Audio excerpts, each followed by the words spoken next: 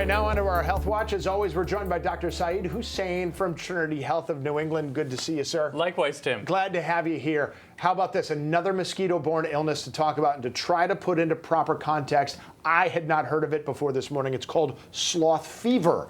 And I guess there is at least one confirmed case in the United States. First of all, what is it? Yeah, so this is a disease, Tim, that is actually transmitted by mosquitoes or biting flies called midges. It's mostly predominantly seen in South America. Right. Endemic, which means it's prevalent to a large degree in the Amazon area. So forested areas, basically, and all the cases we've seen, actually the outbreak for sloth fever started late last year in South America. Brazil, Colombia, Bolivia, Peru, Cuba. There have been 21 cases documented in the U.S. so far, and a similar number in Europe. And out of those 21, 20 are in Florida, 1 in New York. All of those are travelers, people who recently traveled from Cuba, who brought the disease into the country. Can people transmit it from one to another? Great question. We have not seen any evidence that there's people-to-people transmission. You would need to be bitten by a certain type of mosquito or one of these biting flies. And it looks like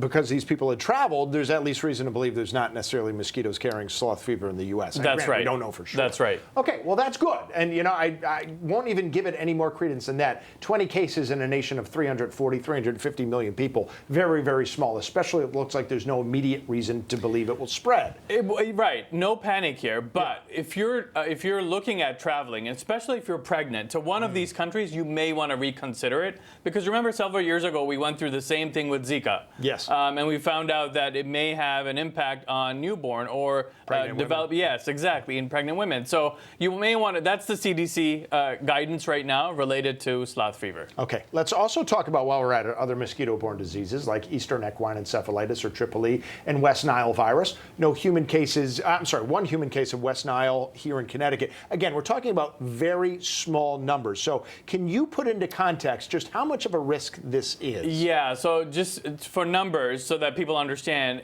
in an area where we may see West Nile, such as New England, 1 in 500 mosquitoes may be infected or may be carrying this virus. And if they do bite you, 1 in 300 people may develop symptoms. So in other words, 80% of people will not develop any symptoms. 20% may have mild symptoms, Tim. Right. It's the 1% that may have severe manifestations of West Nile virus disease, which could be, impacting your brain, your spinal cord, neurological symptoms, high fever, headaches, neck stiffness, things to look out for, can result in coma and death. They can, yes. And people that really need to be careful are pregnant women, as well as those that may have an immunocompromised status. Are those rough percentages the same for Eastern equine encephalitis? We are seeing people who have gotten sick. They got a good chance of dying if you get sick from Triple E. Here's what I'll tell people, because there are a lot of, it's the season right now. Yes. It's mosquito season, right?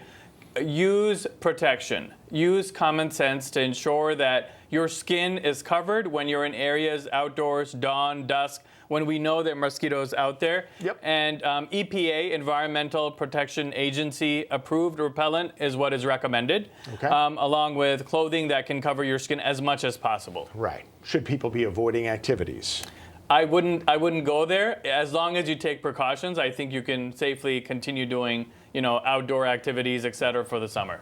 Context is important, right? We never want to say you can't worry at all, but we don't want to worry too much because we do focus on the small. Just have to be smart. There you go. Dr. Hussain, thank you so much for taking the time to join us, like he always does on the Health Watch.